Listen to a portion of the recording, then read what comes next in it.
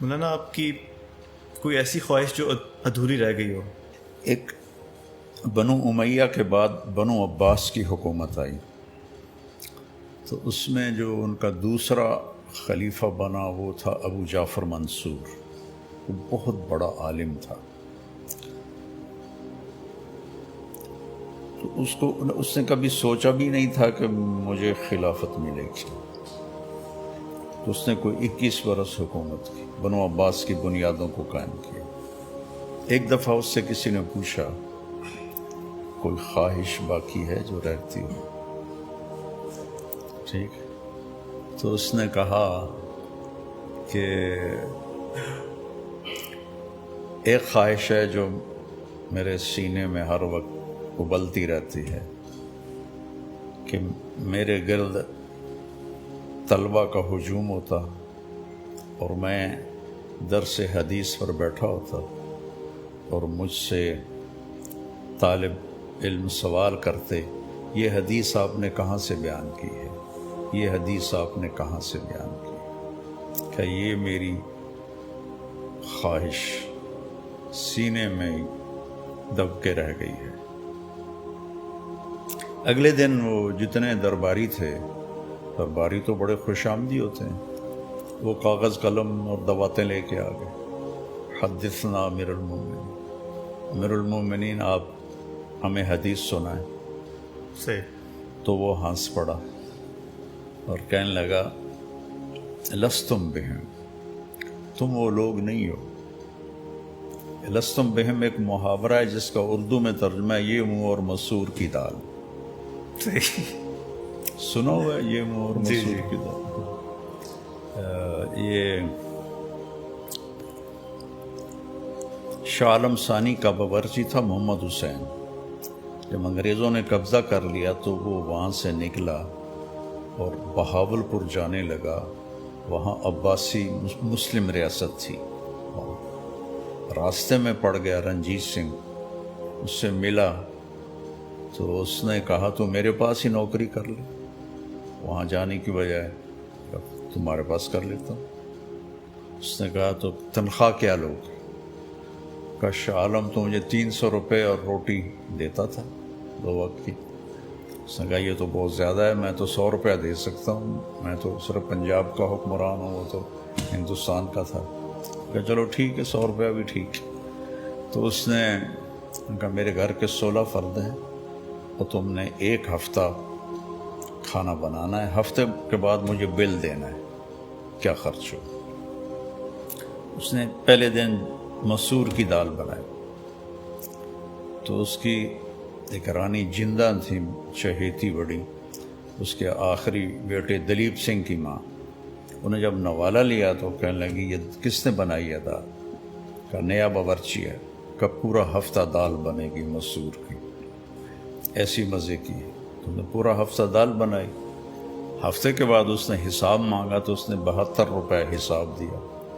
میں کہا تیرا بیڑا غرق ہو جائے، تو نے دال پہ 72 روپے لگا دی، تو میرا خزانہ خالی کرے گا۔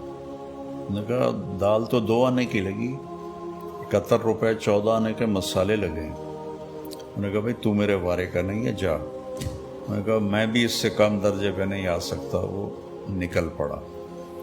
دوپہر میں جب کھانا آیا تو مرغا بنا ہوا تھا، تو جندہ نے بوٹی نوچی اور دیوار پہ ماری۔ کس نے بنایا ہے یہ سالہ؟ کہا نیا باورچی ہے۔ کہا تو محمد حسین کدھر ہے؟ کہا اس نے اتنا خرچہ کر دیا تھا۔ انہوں نے کہا جو بھی ہے اس کو واپس لاؤ۔ تو اس نے پیچھے آدمی دوڑایا تو یہ جو لاہور سے نکلتے ہوئے بھائی پھیرو ایک جگہ تھی جس کا آج کل نام پھول نگر ہے، یہاں پر وہ پکڑا گیا۔ ان کا چلو تمہیں مہاراج بلاتے ہیں۔ انہوں نے کہا یہ منہ اور مسور کی دال، جو میں نہیں جاتا، اور ان سے الجھ پڑا اور مارا گیا، واپس نہیں گیا۔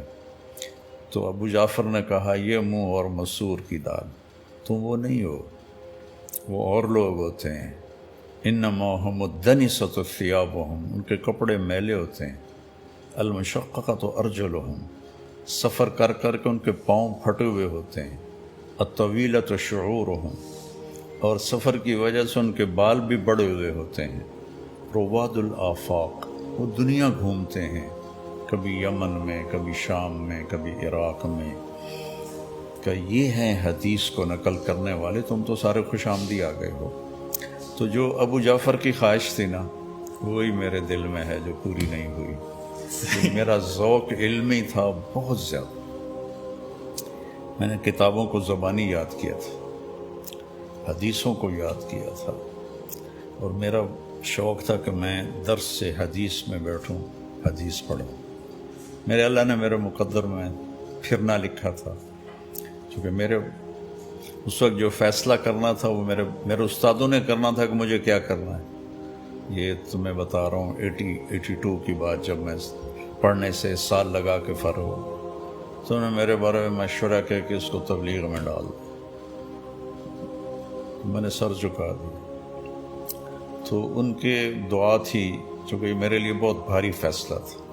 مجھے جو سب سے بڑی ناگواری میں نے دیکھی وہ اس وقت دیکھی جب انہوں نے مجھے کہا کہ تم نے سارا وقت عربوں کے ساتھ گزارنا ہے، کہ عربوں کو لینے والا کوئی آدمی کوئی نہیں، کوئی عالم کوئی نہیں جو عربی اچھی بولتا ہو۔ تو مجھے وہ پڑھائی سے نکال کے عربوں کے ساتھ جوڑ دیا گیا۔ اللہ نے میری آواز کو سارے عالم میں پھیلا دیا۔ یہ اس اطاعت کا ثمرہ تھا۔ اور لیکن یہ خواہش آج بھی باقی ہے کہ میں کتابوں کو دیکھتا ہوں تو رونے لگ جاتا ہوں۔ ذوق یہ تھا، لیکن اللہ نے اس کے عوض میں جو مجھے دیا وہ ایسا ہے جو میں نے زندگی میں کسی کے ساتھ یہ معاملہ نہیں دیکھا۔ اس مالک کی مہربانی ہے۔ ایک چھوٹے سے گاؤں سے مجھے اٹھا کے اس نے ساری دنیا پھرا دیا۔ ہر ملک میں اللہ نے میری آواز کو پہنچا دیا۔ اس کی بڑی مہربانی۔